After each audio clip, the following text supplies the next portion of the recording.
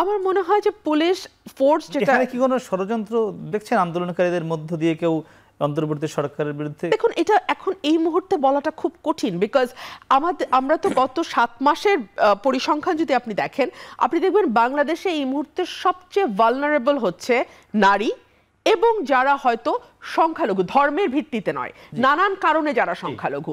ধরুন মাজার ভাঙার একটা উৎসব আমরা লক্ষ্য করছি, তৌহিদি জনতা নাম দিয়ে বিভিন্ন জায়গায় এখন পর্যন্ত শতাধিকের উপর মাজার ভাঙা হয়েছে। সরকার যদি সংখ্যালঘু, সেটা ধর্মের ভিত্তিতে হতে পারে, মতাদর্শের ভিত্তিতে হতে পারে, লৈঙ্গিক পরিচয়ের ভিত্তিতে হতে পারে, কিংবা জাতিগত বৈশিষ্ট্যের কারণে হতে পারে, যে কোনো কারণে সংখ্যালঘুর নিরাপত্তা যদি সরকার দিতে না পারে, তাহলে আপনি এখানে ষড়যন্ত্রের গন্ধ খুঁজে লাভ নাই। এবং দীর্ঘদিন 7 মাস তো আসলে একটা লম্বা সময়, আমাদের নারীদের মধ্যে এক ধরনের অস্বস্তি তৈরি হয়েছে। আমি নিজে 2 মাস আগে বলছিলাম যে আমি এখন আর রাত বিরাতে টকশো করে বাসায় ফিরতে সেফ ফিল করি না। এখন কি অবস্থা সেটার? আমি এখনো সেফ ফিল করি না, এবং আমি টেলিভিশনগুলোকে বলি আমার সঙ্গে কাউকে দিতে। কোথাও কি ঝামেলায় পড়েছেন এ পর্যন্ত? না, আপনি এখন ঝামেলা এভাবে বলছেন যেন পড়লে বিষয়টি পাকাপোক্ত হতো। না, আমি এখনো পড়ি নাই, কিন্তু আমি মনে করি সকলেরই আসলে এখন এক ধরনের ভীতি কাজ করছে। জি, আমি আবার আসবো। আলিসান জুনায়েদ, আপা বেশ কিছু কথা বলছিল। আমার শুধু প্রশ্ন, আপনি সবাই শুনেছেন, গতকাল যে ইস্যুটি ঘটলো সেই ইস্যুতে আপনার কাছে কি কোথাও মনে হয়েছে কি না যে এখানে যারা আসলো, কিংবা গতকাল পুলিশের উপর আমরা দেখেছি পুলিশের সঙ্গে ধস্তাধস্তি হয়েছে, এখানে কোনো মানে যারা এই 24-এর আন্দোলনে যারা আপনারা ছিলেন, কোনো কিছু খুঁজে পাচ্ছেন কিনা অন্য কিছু? যে গতকালকে যে ঘটনাটা স্পেশালি যদি বলি, আপনার সাথে একটু মানে আমি একটু একটা জায়গায় বলবো যে ধর্ষণের ব্যাপারটা অনেক বেশি হাইলাইটের মধ্যে এসেছে, কিন্তু ধর্ষণের সংখ্যার বিচারে বিগত বছরের তুলনায় এটা ভয়াবহ আকারে বাড়েনি। সংখ্যাটা আসলে সিমিলার আছে সংখ্যার হিসাবে আমি বলছি, কিন্তু কোনোভাবেই ধর্ষণকে এই সংখ্যা দিয়ে যাচাই করার সুযোগ নেই। প্রত্যেকটি ঘটনাই ভয়াবহ এবং সেটাকে বিচারের আওতায়, শাস্তির আওতায় আনতে হবে, এবং এটা কীভাবে করে এই ঘটনা যাতে না ঘটে সে ব্যাপারে প্রতিকারে অবশ্যই ব্যবস্থা নিতে হবে।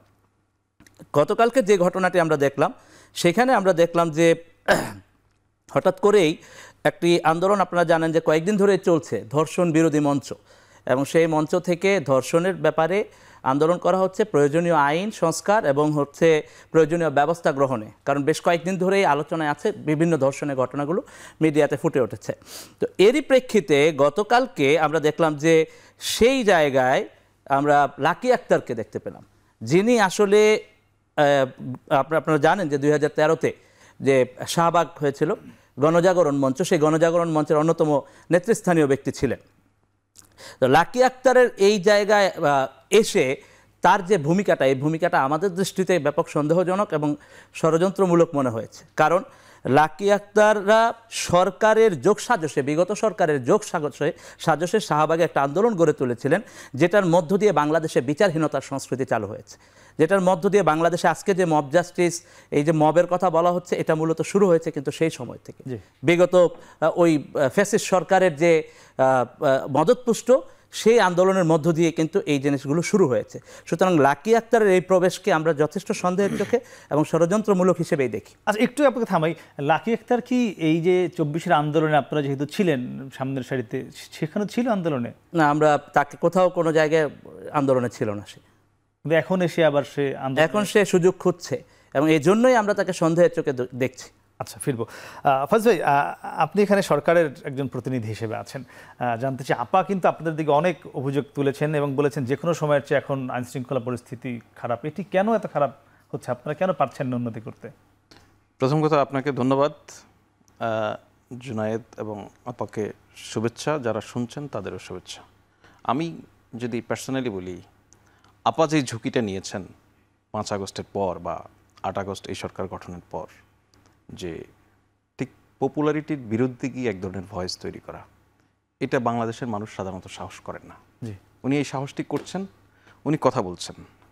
ধরুন, আপা অনেকগুলি বিষয় নিয়ে কথা বলছেন, সব যে অযৌক্তিক তা তো নয়, অনেকগুলিতে বেশ ভালো শক্ত যুক্তি রয়েছে। আবার কখনো কখনো হয়তো ইমোশনের জায়গা থেকে বলছেন, সেটা খুবই পারফেক্টলি রাইট। জুনায়েদ যেটা বলছিল ধর্ষণের বিষয়ে, নারীর প্রতি যে কোনো ধরনের সহিংসতার ঘটনা, সেটা আপনি যদি স্ট্যাটিস্টিক্স দিয়ে বলতে চান যে কম হয়েছে, বা এটা দিয়ে আসলে কিছু, অন্তত আপনি ধর্ষণের মতো ভয়াবহ ঘটনাকে জাস্টিফাই করতে পারেন না। তারপরেও হয়তো পরিসংখ্যানের জায়গা থেকে বলতে হয়, ধরেন আইন সালিশ কেন্দ্রের যে পরিসংখ্যান, সে পরিসংখ্যান বলছে যে গত 5 বছর ধরে আপনার জানুয়ারি মাসেই প্রতি মাসে গড়ে 59টি ধর্ষণের মতো ঘটনা ঘটেছে, যেটি এবছর এসে 38টি। তো এটা বলার মধ্য দিয়ে হয়তো আপনি এক ধরনের স্যাটিসফ্যাকশন সরকারের বলে দিয়ে খুব স্যাটিসফাই হওয়ার জায়গা হতে পারে, কিন্তু ঘটনা হচ্ছে একটিও ঘটনা এরকম আমরা তো মানুষ হিসেবে, নাগরিক হিসেবে প্রত্যাশা করতে পারি না। সেটা কোনো কিছু দিয়ে আমি মিলাবো না যে ঠিক আছে। আর আপা বেশ কিছু দিন ধরেই আপার নিরাপত্তা নিয়ে কথা বলছেন। এটা অবশ্যই যদি আপা সরকারের কাছে নিরাপত্তাহীনতার বিষয়ে কোনো ধরনের সহযোগিতা চান, সরকার অবশ্যই শুধু আপা নয় যে কোনো নাগরিক সহযোগিতা চাইলে দিবে, সে বিষয়ে কোনো অসুবিধা নেই। তো আমরা আশা করি আপনাকে যে প্রশ্নটা আপা করছিলেন যে আপনি চান কিনা যে উনি সমস্যায় পড়েন, আমরা চাই না।